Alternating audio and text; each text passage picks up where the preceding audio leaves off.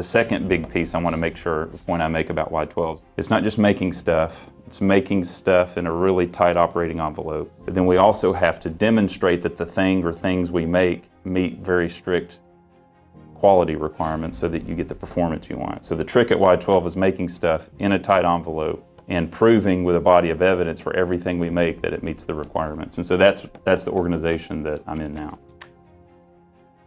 The equipment is gone or in bad shape. The experts who did it first are gone. So we've had to do a lot of re-establishing old capabilities, coming up with new ways of doing somewhat old things. Then also knowledge recovery. How do they get the knowledge base on something that's behind the curtain?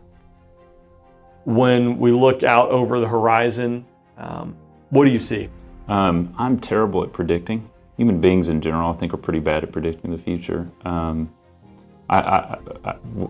The basic thing I would see is things aren't going super well. That there is likely going to be necessary. Our services are more important to the country now than maybe they were since the Cold War here at Y12. And so what I see is that we're going to be tasked and asked to do more and more and to do more quickly.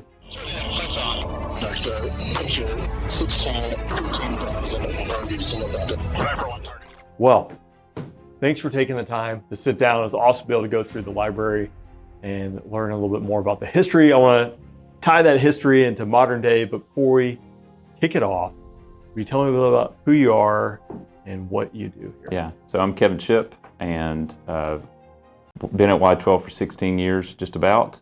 Spent first half or so of my career in our assembly disassembly areas, so supporting those kind of things. Spent a stint in our security organization, and then I've been back in engineering supporting different weapon system modernization efforts. So that's me in a nutshell. Okay, well, I'm going to kick it off because everyone says you're the guy I had to talk to, so no pressure here. And after walking through the library, I can see just the level of knowledge that you have from the history, so I can only imagine what it is when you do your primary job. But the one question one of your counterparts wanted me to ask you is, like, what keeps you awake at night? What do you think about when it comes to threats or the world that's out there? What keeps you awake at night? Oh, man. I don't know that what keeps me awake at night is really worth knowing, yeah. but I'll tell you. So other than, is Tennessee going to pull off a W in the World Series? Other than, is Nico going to be what we hope he is, for the Vols this fall? Other than those things, so put those on the side table. So it sort of in my day job, what would keep me up at night is us not, as a site, delivering to the nation what it needs when it needs it. So try to keep my focus on what we are being called upon the nation to do. So I can worry about us not being able to get that done. And there's so many things that make what we do complicated, and a lot of those things rightfully so. But I am concerned sometimes that, hey, are we going to get this done? Is it going to be right? Is it going to be in the numbers that the military needs on time? Those are the kind of things that I can be concerned about. I can talk about what alleviates those concerns. Yeah, yeah. What makes you sleep well? I guess. Yeah. So a lot of people hear me say this. Other than deeply held Dutch Calvinist beliefs that help me sleep. The other thing that helps me sleep would be I regularly interact in my day job with the latest and greatest, newest crowd of engineers coming into the site. So one of the things a lot of people worry about is we have a lot of stuff we've got to get done, and everybody's new. All the gray heads, gray beards that built our Cold War arsenal, they're retired or have passed on. So people are concerned, like, everybody's young and inexperienced. But from my vantage point within engineering, I see a lot of very young but very smart, very motivated, very eager, very curious, very resilient engineers coming in. These men and women are pretty impressive. And so I'm encouraged because I think, at least from a technical standpoint, we've got a lot of things going for us with this new crowd that's come in the last 5 years or so. That's good to hear. I jump back to the military side because there's similar things that are often said about maybe the military or in the news today. There's just usually not a lot of good stuff that's out there in the news. Yep. And when we talk about the military side of the house, wow, we wouldn't win a war, we wouldn't do this, all these things. But knowing like my buddies and the people who have come in, like smart, capable individuals who are still standing out there on the wall, I'm like, all right, I have faith that there's some really good problem solvers out there and patriots who want to defend this great country, despite all the stuff that you sometimes see in the news, and can be quite depressing.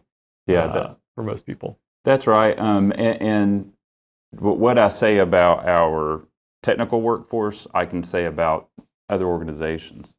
So as I interact with our production leadership and our different production areas, they're great people. They're dedicated, they're focused, they have a mission mindset. So I'm encouraged, okay, we're in good hands there. And then I talk to our programs people, so it's how orders and money get to us to go do things for the NNSA and eventually the military on the weapons side.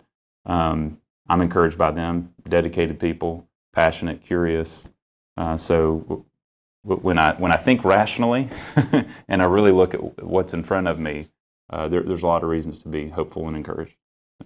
Well, you mentioned it. Your start here was disassembly mostly, and we talked about it, which would be a separate video that we did with the history piece here. But can you talk to me, I think since that's kind of the beginning of your career here, what that time period was, what was driving disassembly, and what were you primarily doing during that period? Yeah, well, I'll lift it a little bit. So think all the weapon systems that we had deployed throughout the history of the Cold War. We made those decisions pretty quickly after the end of the Cold War. So think, George H.W. Bush, State of the Union Address 92, is even talking about all these things we're going to take offline, take out of the stockpile, things we're going to stop doing because the Cold War has ended. And so that means you have a lot of weapon systems coming out of the stockpile. And so we had a lot of material components, assemblies on our hands that we needed to disposition. Don't want to sit it there just as a full-up weapon. And we start, we have treaties and obligations of things that we want to meet. We want to dismantle these systems. And so we began doing that. We had always been doing that through the history, even of the Cold War, when systems would come offline and new systems would go out in the stockpile. But there was a lot of that work through the 90s and then also into the 2000s to all these systems that have been retired, let's take them apart. When we do that, we want to disposition in a safe manner, the materials that aren't usable in the future, and then the valuable things we want to recover for reuse. So that's really what was driving a lot of that. We're still doing that today. Day in and day out, we're pulling things apart that were in the stockpile to recover things. Can you talk at all about the verification piece? And what I mean with on the flying side of the house, like a B-52, we can have X number B-52s, and we got to chop the tail off so that when the whatever country overflies it, they can verify that that plane is not flyable. Is there any of that piece that's part of this puzzle when it comes to disassembling that other nations with various treaties might get a look at or see? Or So you had a conversation earlier this week with Martin Williamson. So he can talk about how Y-12 is involved in things like arms control, et cetera. So I'm not really an expert on that at all, so I won't speak to that. And as far as verification, that's mostly on the launcher side, and so we're not involved in that. Okay. So I'm not your guy. Yeah, fair enough. I was curious, because obviously there's a lot of moving pieces and components when we're talking about. Yeah, so one thing to clarify, Y-12, we're not building weapons. We're building pieces of the weapon that would then go onto other sites to be built up into the thing that eventually makes its way out to DoD as a full-up weapon system. So a lot of the verification type stuff is more on the downstream side from where we're at. The end user. The end user side. If you will. Yeah.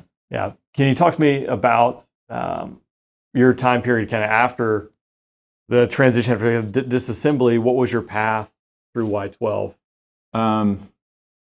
So I was in a couple of different roles. So I was a system engineer first. System engineer is we keep equipment operational and compliant, essentially, so that they can use it for whatever the equipment does. And then I was in sort of facility operations. So I was in an engineering role. Essentially, the joke I make is you need an engineer to deal with problems when they arise. the cynic in me wants to say, so you have an engineer to blame when things go wrong, but no, that's not really true. But it's a technical role to make sure we operate the facility as it's designed and certified to operate. So think about it almost like a nuclear reactor's license. So we're ensuring that all the operational requirements that are placed on a facility are being met as we operate. And if we're going to change anything, that we properly evaluate and gain approval for those changes.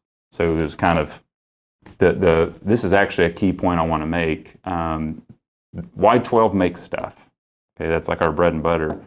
But I think it's too simplistic to say that because, okay, everybody makes stuff, you know. Yeah. Tesla makes cars, etc. So we make stuff, but what the real trick is that we make stuff in a really, really, really tightly controlled operational envelope. We have requirements for everything, and rightly so, because we work with significant hazards. Now, downstream from us, our sister site Pantex has very high standards and very, real risks. They have nuclear explosives.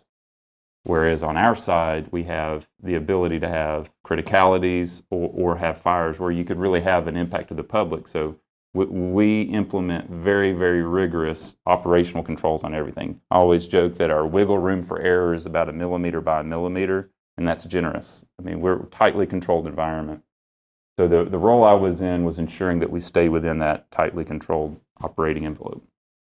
So did that, and then I went to our security organization for about 4 years. It's a like security classification. So on the military side, that would be what it is. So I did that for 4 years. You do like background checks and no, like information identification and control. So, yeah, okay. So in that world, and then came back to engineering. So started in engineering, went to production, went to security, came back to engineering, and I've been in our organization that's, from a technical standpoint, it's kind of at the center of our business. So the organization that translates, we want this, into, okay, this is how we're going to get that done and certify it. And so the second big piece I want to make sure, the point I make about Y12, so it's not just making stuff, it's making stuff in a really tight operating envelope.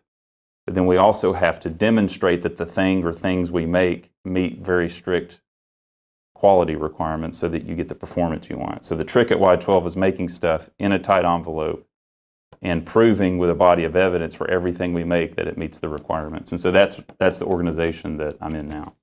And this is all kind of nebulous because it has to be based upon the security of doing a podcast, right? But I think what paints that picture, at least for me, that's out there in the open source, when we talk about the calutrons and the silver that went into the calutrons, over 14 tons, but in the end, when it was returned to the Treasury, it was 0.000035% was missing out of 14 tons, which is incredible. That's, I mean, such a fine tolerance. And I even go back to like, that was during the hustle and bustle of making everything happen and build here. So I imagine the standards, they weren't quite to what you're talking about today, but that just shows like the level of precision and accuracy of how tight stuff is, I think, for this forum at least.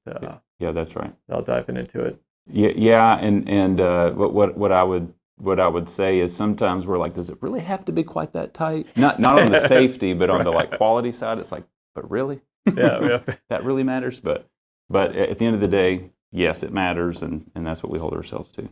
Pulling on the security piece and doing what I'm imagining is the classification.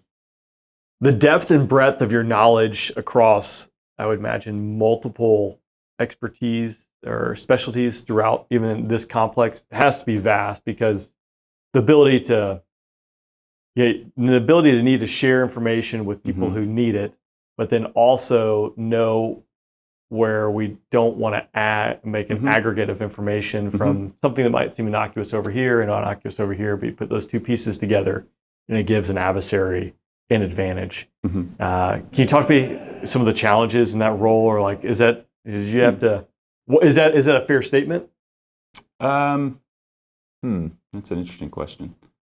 My 2 cents, and it's worth maybe 2 cents. My 2 cents is the information, part of our job isn't just making things. Like if you think of deterrence, big picture, that includes protecting information. because it's that knowledge, that know-how, the knowledge, the know-how, and the technical expertise, which is part of what we want to protect. That's proliferation.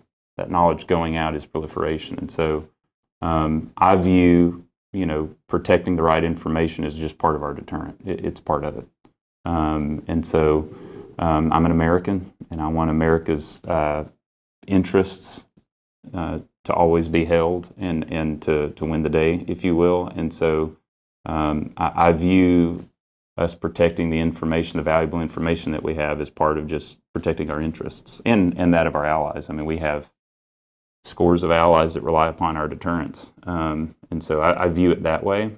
And so I don't really view it as it's not a challenge. This is the right way to think about. Well, then the challenge of obviously everyone, I would say obviously you want to protect the United States and our interests, but even from just doing that job, having to have, I guess, a knowledge across the spectrum so that that information doesn't get aggregated in a way that then could be, I guess, how do you imagine probably a big team to make sure in a review of as we look through if we're going to release something that might have a medical benefit. That, hey, the intent here is a medical benefit, but country X, Y, or Z could then take that information and do something with it.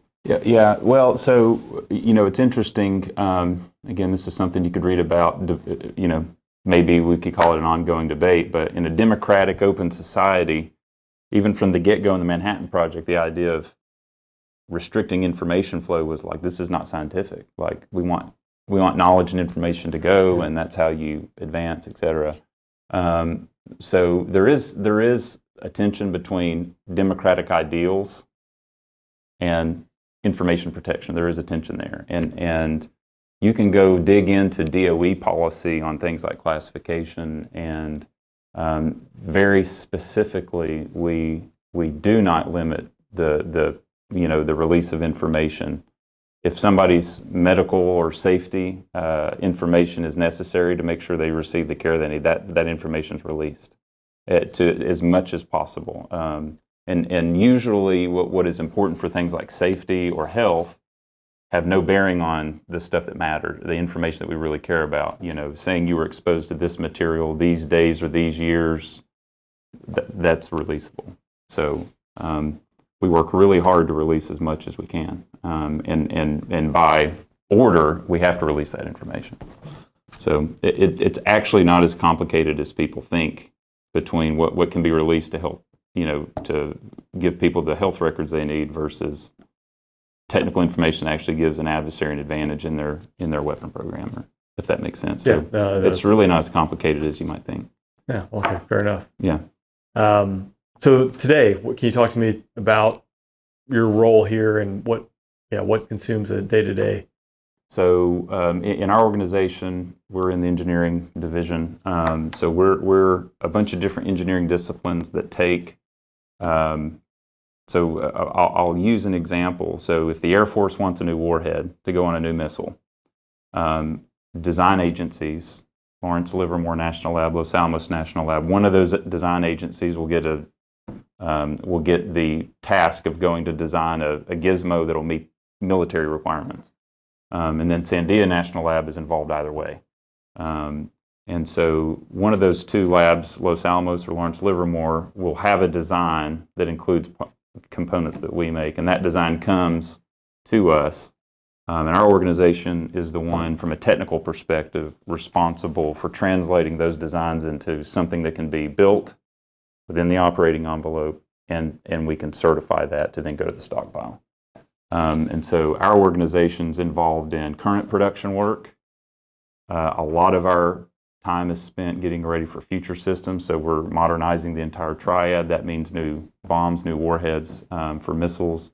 So we're involved in that, realizing the product essentially of all those new systems. So we're heavily involved in that. And then all kinds of other stuff that comes in that we have the expertise for. Anything enriched uranium that the nation's going to want, a lot of times we're also looked at. So NASA, if they need material for some kind of space thing, or if other organizations for reactors need a really special type of material for their reactors, they'll oftentimes come to us for that. So we're the organization translating that stuff. So from a deterrent perspective, our organization is touching what we're taking apart to recover. We're touching what we're currently producing for modernization, and we're gearing up and preparing to produce things for upcoming modernization programs. So we're involved kind of all three phases. So why is it necessary today for Y-12 when we look at like a national security treaty? I know it's you've touched on it. People read between the lines, but I'd like to hear kind of why do we need this? Why is this important? Yeah. So the way I would say it, and this is not original to some degree, I'm parroting, what our policy documents say. So again, this is Kevin's opinion, but it's informed heavily. But we have lived since the end of World War II, even through the Cold War and the conflicts that we've had since then, through what people call the long peace. There's a chart you can go find on the internet that shows deaths due to warfare. Human beings are really good at killing each other.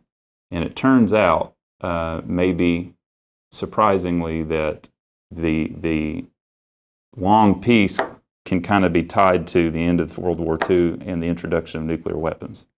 Now, I don't think it's as simple to say nuclear weapons are the reason, but I think it's a significant reason. We've not had a major conflict between the major economies, think global total war, like our economies are put in overdrive to support the war effort.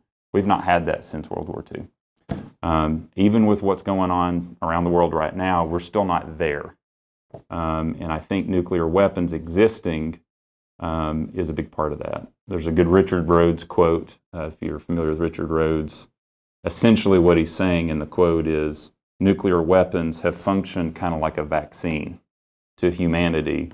Again, this is a paraphrase, but a vaccine that has inoculated the world to megadeath-producing total war. That's essentially big picture the way I view deterrence, nuclear deterrence. And so it's important for us to succeed because so much of what we've enjoyed and hopefully what we will continue to enjoy is based upon many aspects of national capability, but like a foundation to that is our nuclear deterrent. And so I want us to continue that. Someday in the future, hopefully there's circumstances where we can get rid of these. I mean, officially that's what we want to do as a nation. We don't live in that world today, and it doesn't look like that's going to happen soon. So given the way the world is going, given all the allies, the scores of allies that rely upon our capability, especially our nuclear deterrent, we've got to maintain it. And again, you can see these in public reports released by DOE, DOD. Our triad is in need of great modernization.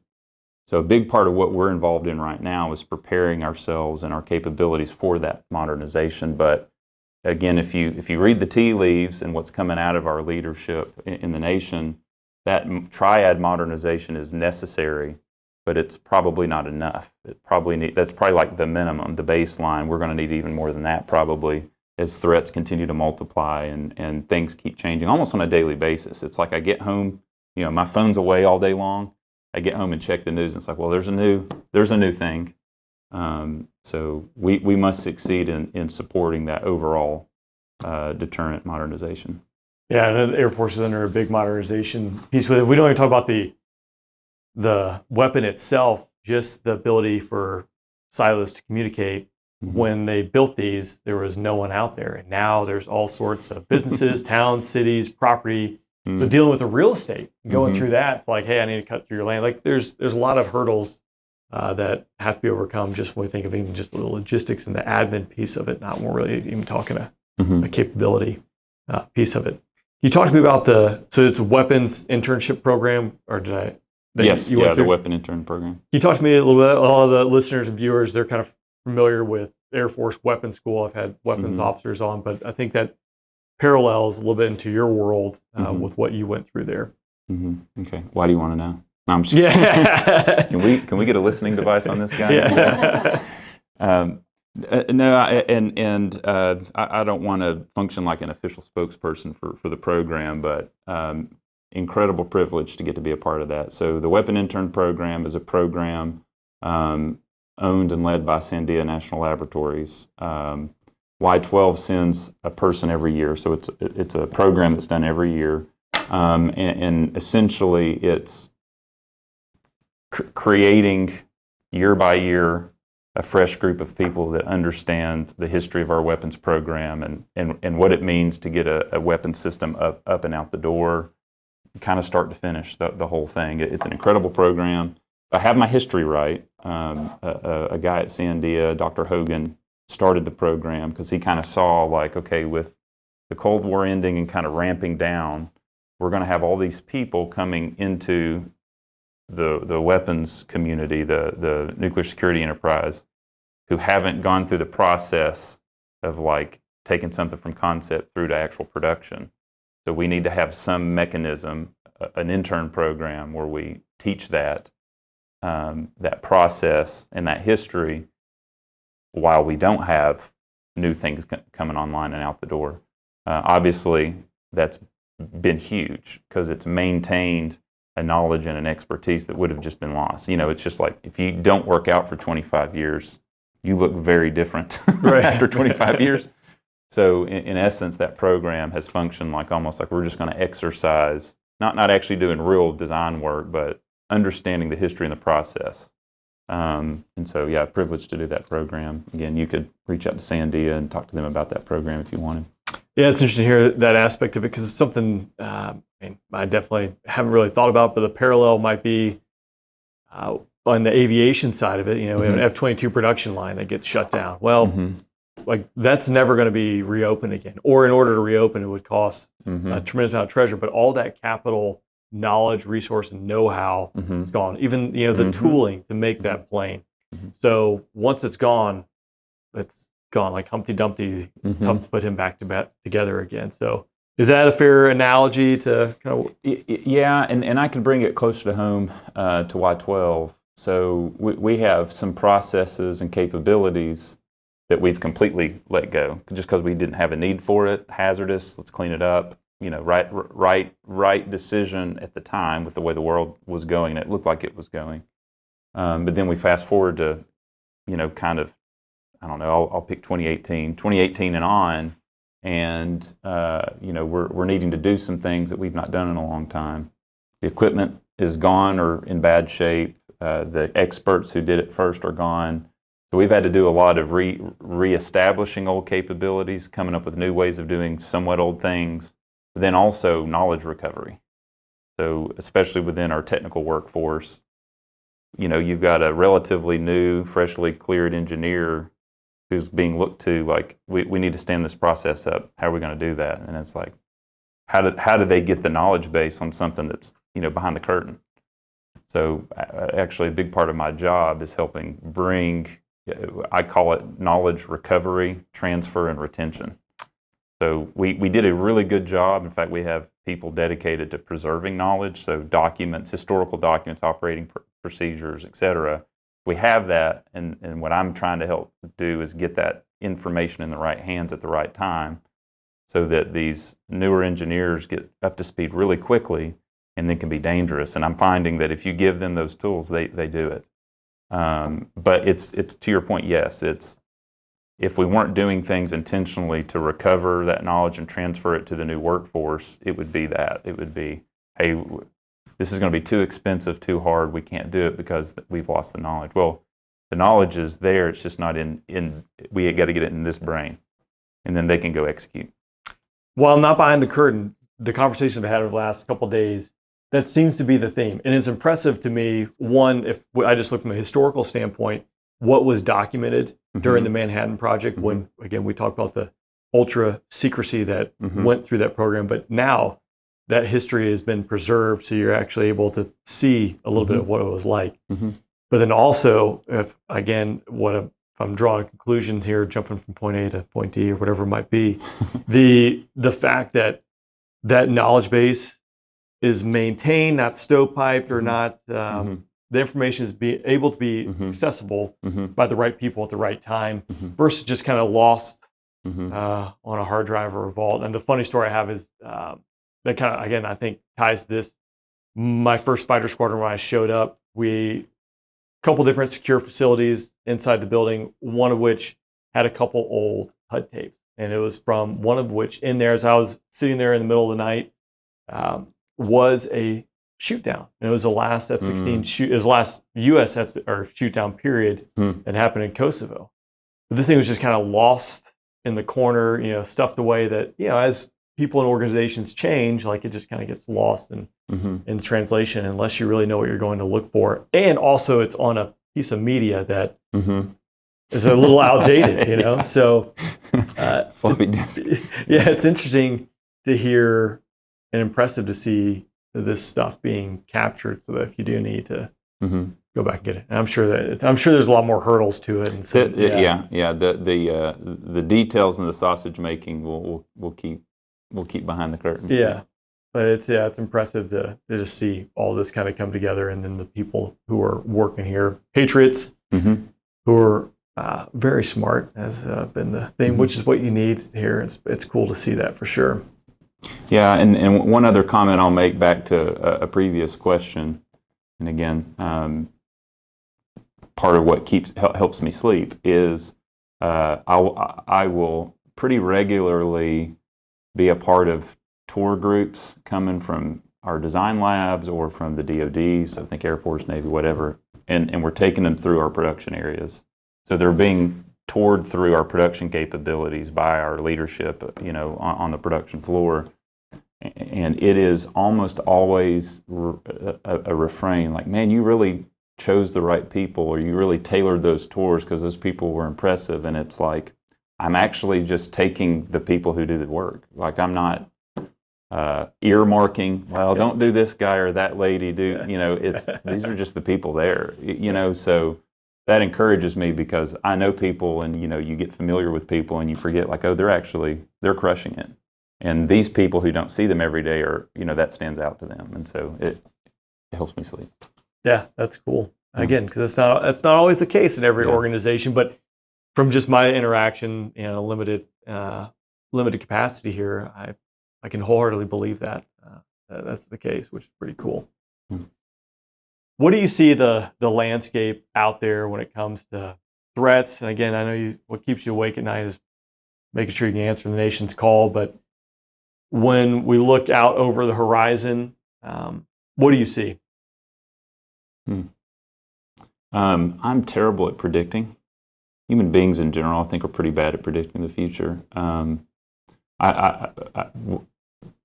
The basic thing I would see is things aren't going super well, and that there is likely going to be necessary. Our services are more important to the country now than maybe they were since the Cold War here at Y-12. And so what I see is that we're going to be tasked and asked to do more and more, and to do more quickly. And so that's what I see on the horizon is there's more that the nation needs from us, and we're going to need to be able to do a lot of things at the same time. So we're going to need to be able to support sort of big picture modernization. But then in the middle of that, we're going to be asked to do other things and fit that in. And by the way, you can't let those affect these major things that you're doing. And so that's what I see. That's a Y-12 perspective of what I see. But the other thing is, I think, this is, again, Kevin's opinion, but I think we need nationally to pivot our attention from some of the, I guess I'll call them the domestic fights. It's like a domestic fight, and take more seriously the more international threats and risks and dangers that are out there. I think it's time that we pivot pretty hard as a country, because I think, especially the last few years, there's real problems and differences internally, nationally, but I think those are small when compared to the danger that I think are heading for or seem to find ourselves in. I mean, just a lot of international norms have gone out the window the last couple of years. So I think nationally we need to change our attention. We need to reprioritize our attention. So things that we fight over and that are in the news cycle are probably not the most important right now. Not that they're not important, but I think we have some bigger fish to fry. So that's my 2 cents in perception. I think that's very keen. There's a lot of noise and there's a lot of infighting going on inside the room, but no one's looking in the corner with the 4,000-pound alligator that's slowly devouring the room. Yeah, that's a really good analogy. So, yeah, you got to watch out for those. yeah, because when it bites, it's going to hurt and it's going to be kind of quick. So, yeah, I think that's an interesting take on it. What am I missing? What questions haven't I asked you that you think are important, or takeaways that you want to communicate for those who are out there listening and watching? You've not asked me anything about UT football in the fall. Which I won't. Excellent. Yeah. Which I was at this throwback, the Georgia UT game. This was I went to Georgia Tech, but it was when I was in high school. And I guess this must have been like 2000 when Georgia beat the University of Tennessee, and they hadn't beat Tennessee in quite a while, but everyone destroyed the hedges. Goalposts got taken down, and that was my first college football game. Wow. It was quite the experience. And then things have, it's been quite different over the last few decades back and forth. But yeah. Yeah. The funny thing about being I'm a third generation UT fan. Okay. So, and when we say UT, we mean University of Tennessee. Now that Texas is coming to the SEC, we have to clarify. Yeah. University of Tennessee. So I have like a calloused, dark, hardened heart. Like even when we won the World Series a couple nights ago, it took about 60 seconds before I truly celebrated, because I'm just like, there's got to be a catch. Like, that was the wrong call. There's a challenge, and I'm just, I'm conditioned. My son, though, is just, he's only known good UT sport. Right. Life's great. It's like, son, you don't understand how good you have it. Yeah. Been kicked in the teeth for the last little while. Yeah. So back to the question, what aren't you asking? I think these are all great questions. I think the last thing that I would want to impress on, people who are listening to this podcast is kind of that last point. We have real dangers that I think are only, becoming more and more pronounced in the world. I would like for those to change. I would like for things in Ukraine to calm down, things in the Middle East to calm down. I would like to see things different in what's going on, in sort of the Asian world, but we don't have control over those things. And so as our leaders think through what our political objectives need to be they keep saying nuclear deterrence is foundational to backstop, et cetera, if you read policy documents. And so I would want sort of the broader, the country and sort of, the community that listens to this podcast to understand, like, it is really important. And so we need to support that. We need to support it with funding, but we need to support it with just awareness and things like that, deterrence really does matter, and we want to maintain it. Ultimately, everybody in the nuclear security enterprise, my 2 cents is we're in the peace business. We're in the business of having tools to the nation that maintain. I want this long peace to last for a long time. So that I think is kind of the big thing I'd want to leave your audience with. Yeah, hopefully just talking about it, that would be the ultimate deterrence, or that you'd hope be the ultimate deterrence, where now you don't have to pull the big shiny stick, so to speak, out of the closet, which would be the next step. But hopefully, and to the other point, let's love our neighbors. If we're all Americans, let's be on the same team and face those external threats. Maybe prioritize that over some of the other things that we tend to get wrapped around the axle about. Yeah, maybe for another conversation. But it's almost like if you had an adversary who had the ability to manipulate media and so on and so forth, that you could sow discourse within inside of a nation. I think the Soviets, that was like one of their things. So it's like, I wonder if anyone else does that. But yeah, I agree. It would be nice. Focus on really what's important. Take a step back, and maybe we all take a deep breath and realize what's important here. So, Kevin, thanks for taking the time today. It's a pleasure talking to you. Yeah, nice talking to you. Yeah, thanks. Yeah.